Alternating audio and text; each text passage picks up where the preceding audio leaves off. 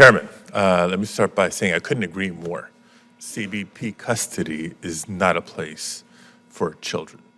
And speaking of children, I want to address, Mr. Chair, something that several of our colleagues have brought up throughout the course of this hearing, and that's the labor exploitation of migrant children.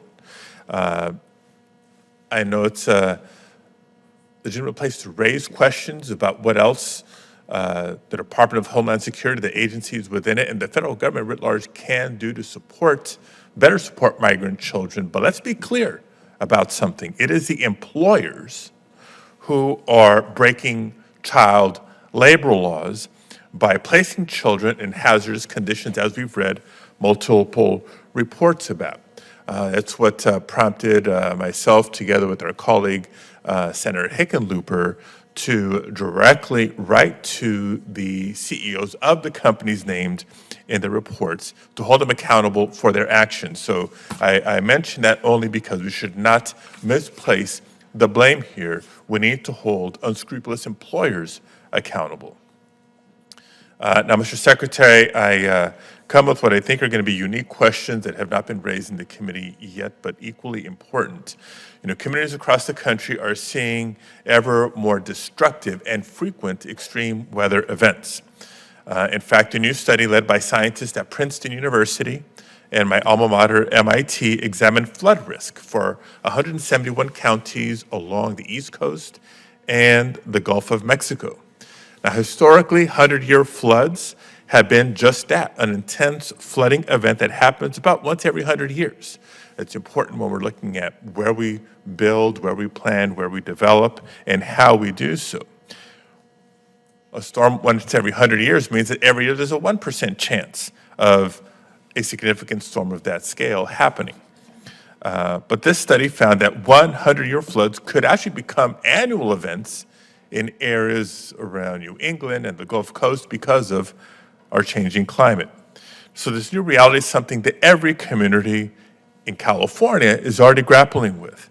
And it's critical that the federal government take steps to mitigate this threat, not exacerbate it.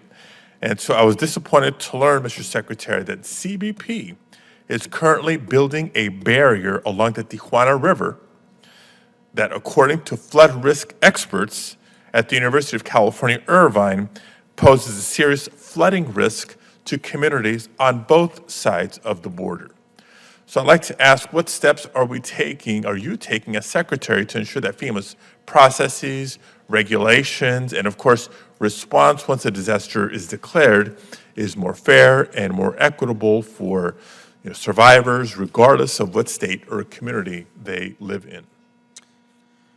Senator, you correctly describe the challenge of climate change and the fact that the frequency and severity of extreme weather events is only increasing.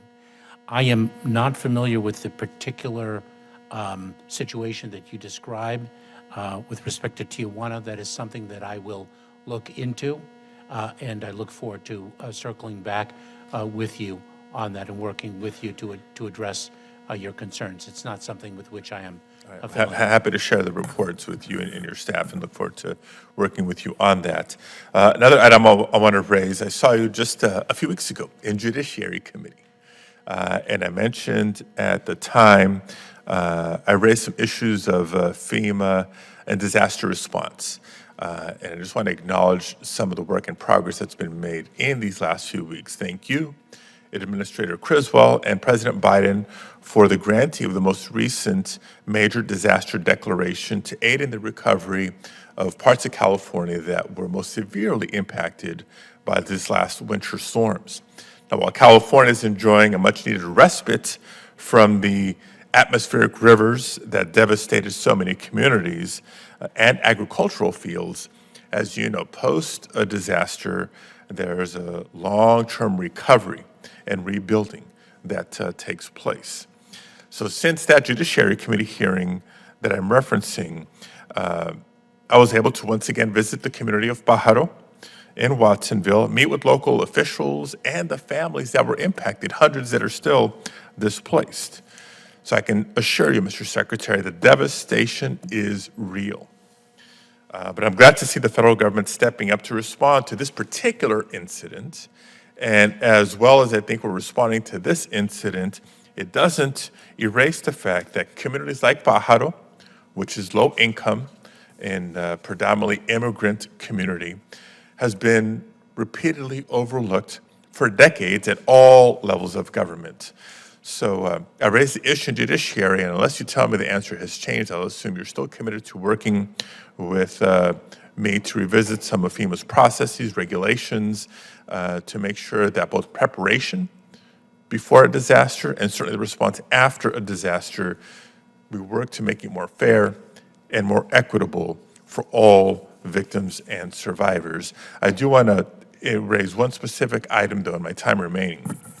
While I was there, listening to the families, and as you can imagine, hearing questions, concerns, complaints about the delays in getting assistance or some of the obstacles, I'm told that several of the families there applied once to be denied, a second time only to be denied, a third, fourth time, at least 4 times, sometimes more, before getting an approval from FEMA for assistance that they deserve. It's not just a matter of time delays, but in that time, it's undue harm, financial and emotional pain that individuals and families bear.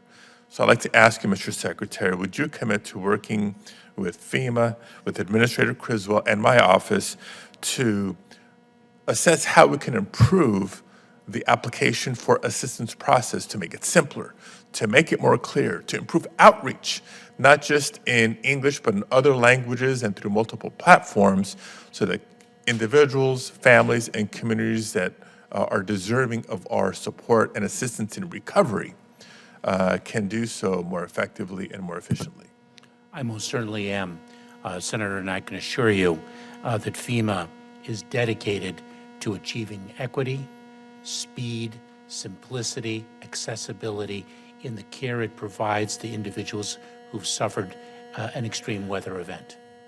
Thank you very much. Thank you, Mr. Chair.